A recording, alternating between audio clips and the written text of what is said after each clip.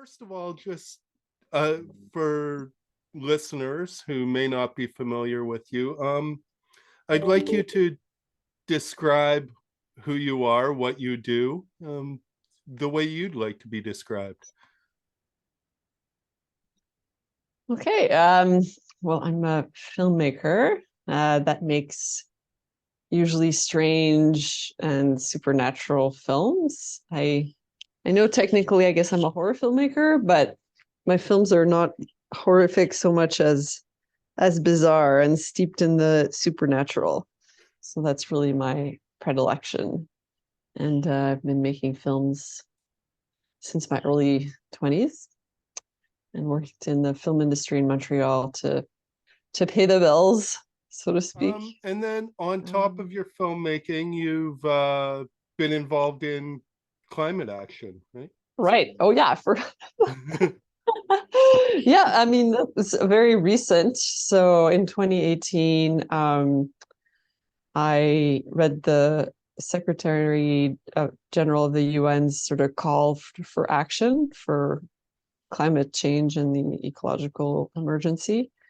And I hadn't really been aware of the gravity of the situation before. I sort of knew vaguely there was a problem.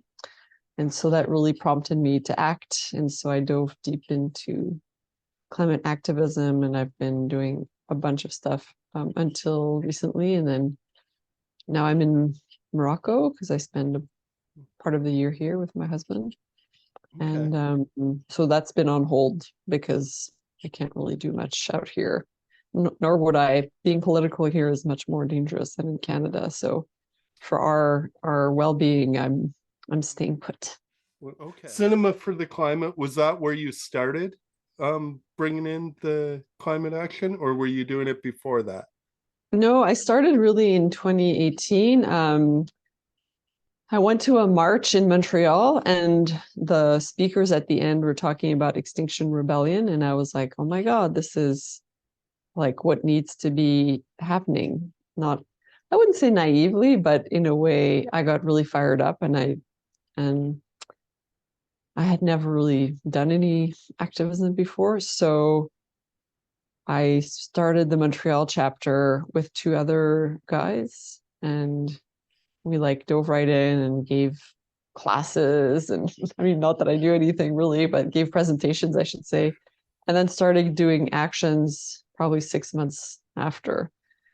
So I was with XR for about another year, and then the pandemic hit and everything sort of fell apart. And then myself and another activist who I'd met through Extinction Rebellion started another group called the Ministry of the New Normal, a female affinity group.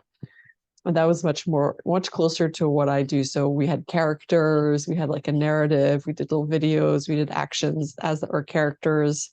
So we did that for 2 years. And then my life really changed when I started to go to Morocco more. And so the group sort of, well, disbanded informally. We weren't like, we're done. We're just like, and well. So I ended up like coming up with tips for filmmakers and putting that on my website. What do those tips look like? Like, what changes are you hoping to see? Well, they really want to reduce the carbon footprint of productions. Productions are extremely carbon intensive, film and TV productions. So and because film is always in like an urgency mode, it's really hard for people to stop and sort of plan initiatives to reduce their carbon footprint. But because a lot of studios have started to do it and really implementing it in their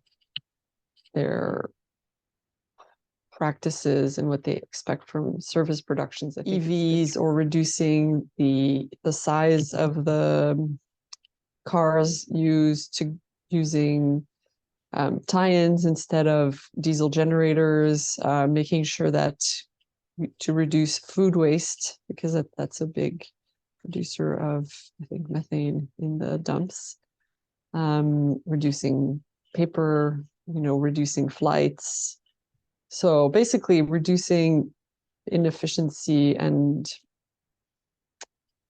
And also in the art department, making sure that instead of throwing away sets and props, and that everything is recycled and repurposed and goes back into the chain, the consumption chain. So it's really a different way to see a production. And the DGC wants people to really start thinking about it from the beginning. So even before going into production, like as you get the money, you sit down with all the heads of departments, and it's usually someone higher up, like a producer or director, who's going to be the driving force and say, well, this is really important to me, and this is what each department should be looking into to reduce their carbon and waste footprint. So I think they are making some headway. I know in Vancouver they're pretty advanced. Quebec, not so much, but it's with filmmakers who are going to decide to take that into account from the beginning, like from the conception of the production setup, basically.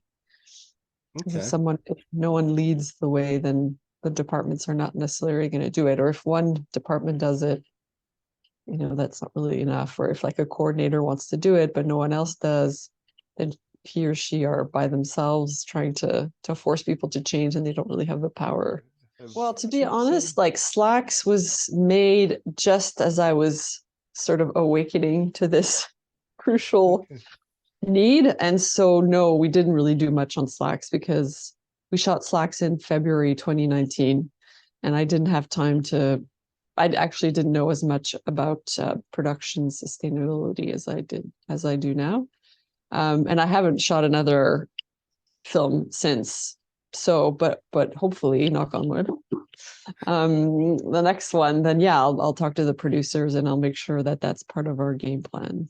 That we then gather all the up-to-date information and disseminate it and have meetings, and you tell them that this is one of your goals, and if they're on board, great, and if they're not, then they might not be the best person. But it's hard in film because you want to pick the best craftsperson and then hope that they're also on board with your sustainability goals. It's not always the case, but I haven't tried yet, so hopefully they'll all align. And it does look like you have a few things on the horizon, like a few series, if website's up to date, potentially coming along. And it's in development, so it's hard to say, like yeah.